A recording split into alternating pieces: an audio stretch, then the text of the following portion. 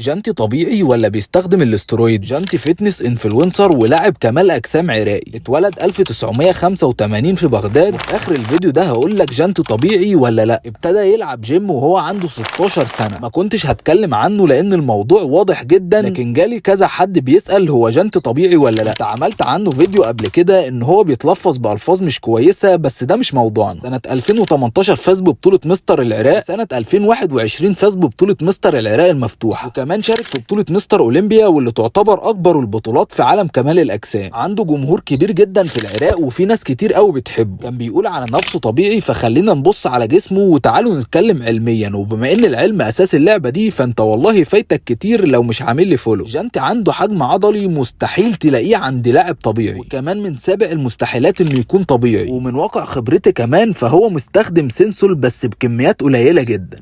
طه اسعد طبيعي ولا بيستخدم الاسترويد؟ الاول تعالى اعرفك مين هو طه اسعد. هو فتنس انفلونسر لبناني ومشهور في الوطن العربي بالكامل. وفي اخر الفيديو ده هعرفك هو طبيعي ولا لا. ابتدى مسيرته في كمال الاجسام سنه 2008، فضل يطور من جسمه ومن نفسه لحد ما وصل لمستوى كويس، ولحد 2016 كانت اول بطوله ليه في لبنان، واخد فيها مركز اول وكررها في 2017. وبعدها شارك في مستر اولمبيا في الهند واخد مركز رابع. محبوب جدا وعنده شعبيه عاليه، وانا على المستوى الشخصي بحبه جدا. شارك في دبي ماسل شو واخد فيها مركز رابع، يعني عمل مجهود خرافي وبصراحه باين على جسمه قوي. فتعالوا بالعلم كده نحلله. بما ان العلم اساس اللعبه دي، فانت والله فايتك كتير لو مش عامل لي فولو. الحبوب اللي بتظهر على مستخدمين الاسترويد مش موجوده خالص في طه. حجمه العضلي حلو قوي وعادي ممكن حد يوصله طبيعي، لكن العمق العضلي والنشفان في شك 20%. اختلاف في الفك بتاعه فده مش موجود، وده اللي هيخلينا اقول ان هو طبيعي وما بيستخدمش اي منشطات.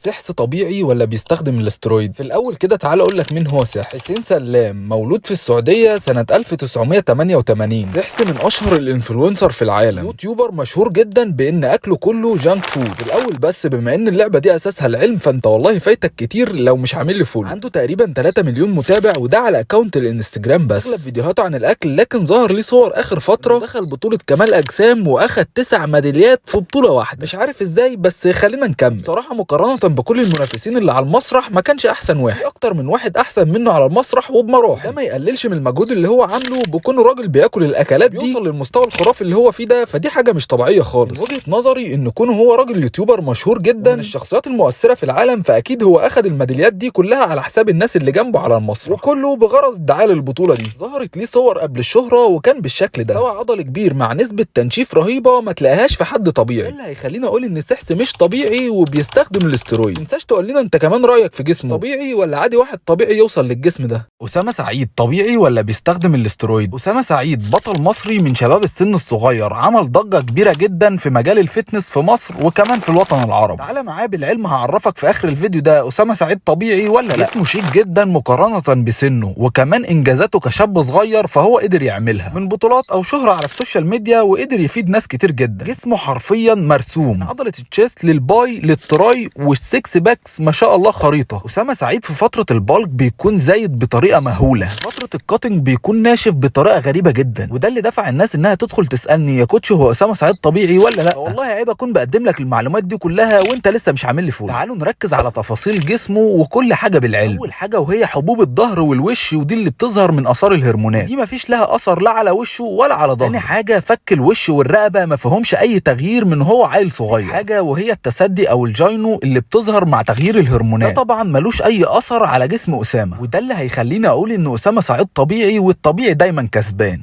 محمد رمضان الأسطورة طبيعي ولا بيستخدم الاسترويد؟ من أشهر الممثلين في مصر، وحاليا يعتبر من أشهر الممثلين في الوطن العربي. في آخر الفيديو ده هقول لك محمد رمضان طبيعي ولا لا. دي صورته أول ما ظهر بجسمه في التمثيل، كانش مهتم بجسمه طول فترة تمثيله، وكان مهتم بالشهرة والتمثيل أكتر. في الأول بس يا صديقي، بما إن اللعبة دي أساسها العلم، فأنت والله فايتك كتير لو مش عامل لي فولو. محمد رمضان ابتدى يظهر على جسمه تغيرات من أول الصورة دي، واحدة واحدة جسمه ابتدى يتغير، وفي وقت صغير قوي جسمه حرفيا بقى مرسوم كأنه أصلا لاعب كمال أجسام. فتعالوا نحلل بالعلم كده، هل محمد رمضان طبيعي ولا بيستخدم المنشطات؟ اولا يا صديقي، الحبوب اللي بتظهر باستخدام المنشطات ملهاش اي اثر. التحول في فك الوش والرقبه فيها شك 50%. الجاين والتسدي ظاهره قوي انه مستخدم منشط، وده اللي حول شكل صدره للشكل الواضح قدامكم ده، وده اللي هيخليني ان اقول ان محمد رمضان مش طبيعي وبيستخدم الاسترويد.